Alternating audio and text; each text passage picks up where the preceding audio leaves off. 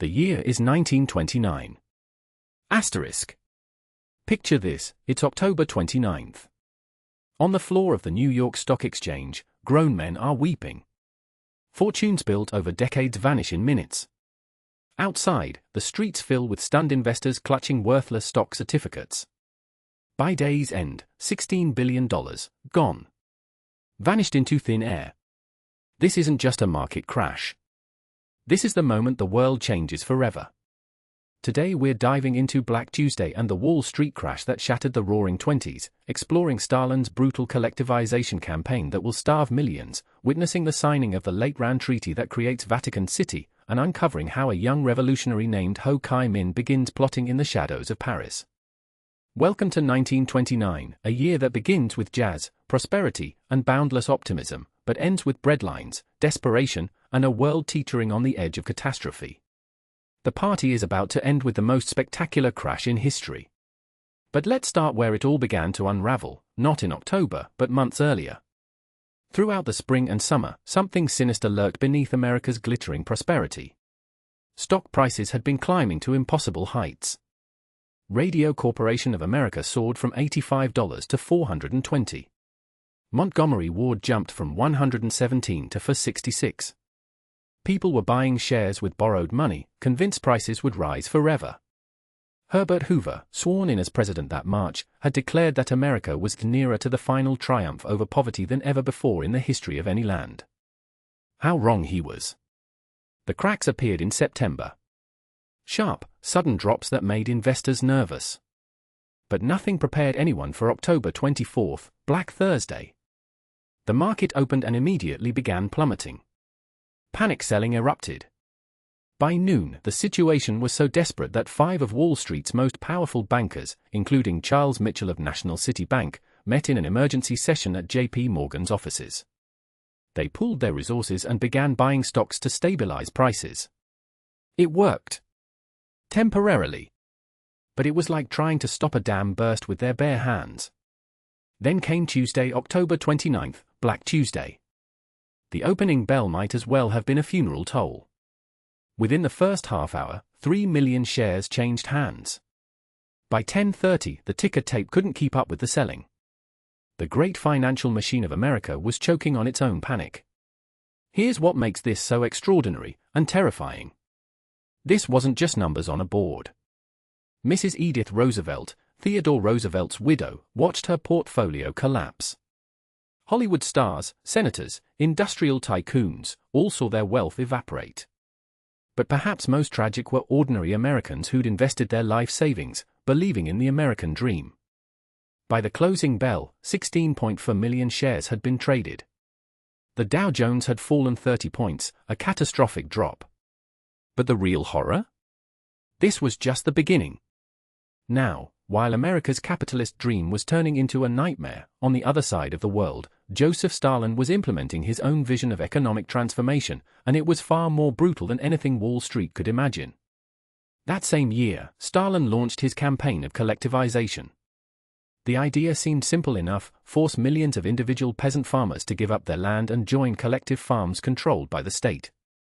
The reality was anything but simple. Stalin's target? The kulaks, supposedly wealthy peasants who owned their own land. But here's the chilling truth: anyone who owned a cow, hired a single laborer, or even possessed a tin roof could be labeled a kulak. It was a death sentence. The numbers are staggering and heartbreaking. Stalin's secret police, the OGPU, began what they euphemistically called dekulakization. Entire families were torn from their homes in the dead of winter. Imagine stepping outside your house to find armed men loading your neighbors, people you'd known your entire life, onto cattle cars bound for the frozen wasteland of Siberia. By year's end, over 1 million kulak families had been liquidated as a class. Many died en route to exile. Those who survived faced starvation in labor camps where the temperature could drop to -40 degrees. But Stalin's madness didn't stop there. Peasants who resisted collectivization began slaughtering their livestock rather than hand them over to the state. Why feed the system that was destroying their way of life? In Ukraine alone, the number of cattle dropped by 1/3. Sheep numbers fell by 2/3. This wasn't just economic policy, it was the systematic destruction of a way of life that had existed for centuries. And it was setting the stage for a famine that would kill millions. Meanwhile, in Rome, Pope Pius XI was about to solve one of the most intractable political problems in Europe through the stroke of a pen. Since 1870, when the newly unified Kingdom of Italy had seized the Papal States, the Pope had been what he called a prisoner in the Vatican. For 59 years, no Pope had set foot outside the Vatican walls, refusing to recognize the Italian state that had stolen their temporal power. But Benito Mussolini, Italy's fascist dictator, saw an opportunity. On February 11, in the Lateran Palace, Cardinal Secretary of State Pietro Gasparri met with Mussolini himself to sign what would become known as the Lateran Treaty. Picture the scene: two men representing vastly different visions of power, one spiritual, one temporal, creating the world's smallest sovereign nation. With this treaty, Vatican City was born, 121 acres of independence in the heart of Rome. But this wasn't just about creating a tiny country. Mussolini agreed to pay the Vatican 1.75 billion lire, roughly $100 million, as compensation for the seizure of the Papal States decades earlier. More importantly, the Catholic Church would now recognize the Kingdom of Italy, ending nearly 6 decades of Cold War between Vatican and state. The political implications were enormous. Mussolini gained legitimacy from Catholic support, while the Pope regained temporal sovereignty. It was a deal that would influence Italian politics for decades to come. 3 months later, Pope Pius XI stepped outside the Vatican walls for the first time in his papacy, blessing crowds from St. Peter's Square as a sovereign ruler once again. But not all the year's significant events made headlines. Sometimes history's most important moments happen in shadows and silence.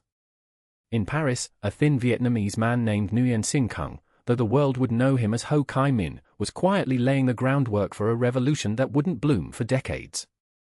Ho had arrived in France nearly a decade earlier, working as a photo retoucher and pastry chef while educating himself in the reading rooms of the Bibliothèque Nationale.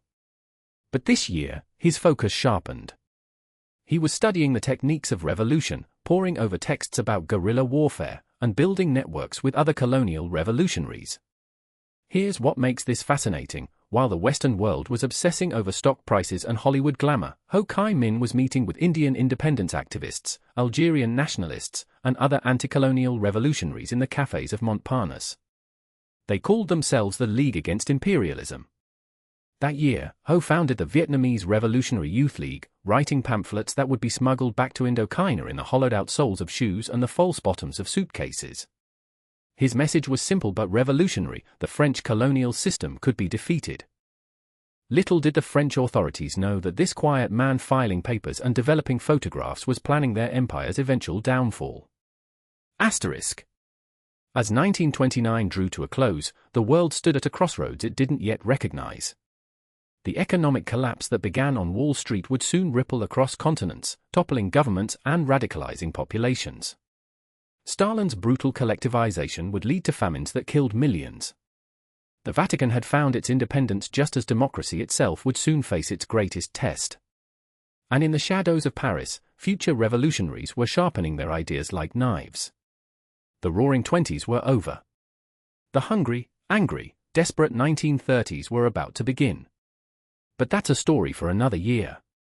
And so concludes our journey through 1929.